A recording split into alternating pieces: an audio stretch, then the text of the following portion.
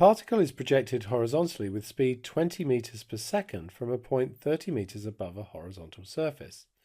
Calculate the time taken for the particle to reach the surface and the horizontal distance travelled in that time, giving both to 3 significant figures. So, if this is the point of projection here, then we know that this is 30 meters, and it's being projected here at 20 meters per second, and then it's going to do a path that's something like this, and it will land here. And we want this distance, that's part of the answer, and we want the time taken to land here. So, what I'm going to consider is the acceleration due to gravity is 9.8 meters per second squared, and that of course acts vertically, and I'm going to take downwards as positive. So if we consider the vertical motion, then what we have there is suvat. So it travels 30 meters.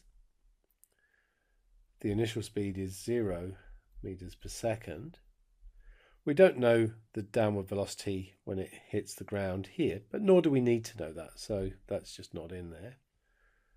The acceleration is 9.8 meters per second squared, and the time we would like. So SU, A and T, I can use S equals UT plus a half AT squared. So 30 is going to be, well, U is 0, so it's just going to be half times 9.8 times T squared. So T squared is going to be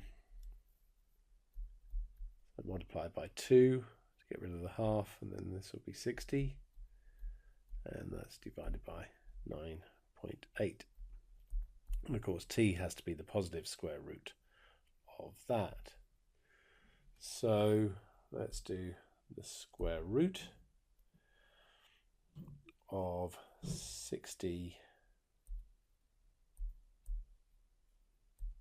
divided by 9.8,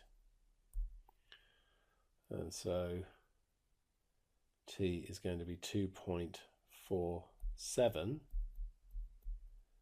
seconds, and that's 3 significant figures. Now the horizontal distance D is just going to be 20, so it's just, remember, U times T, and that 20 is not going to change, so that's going to be 2.47 and so on, whatever was on the calculator display. So we'll just multiply that by 20, and that gives us 49.5. Again, correct to 3 significant figures.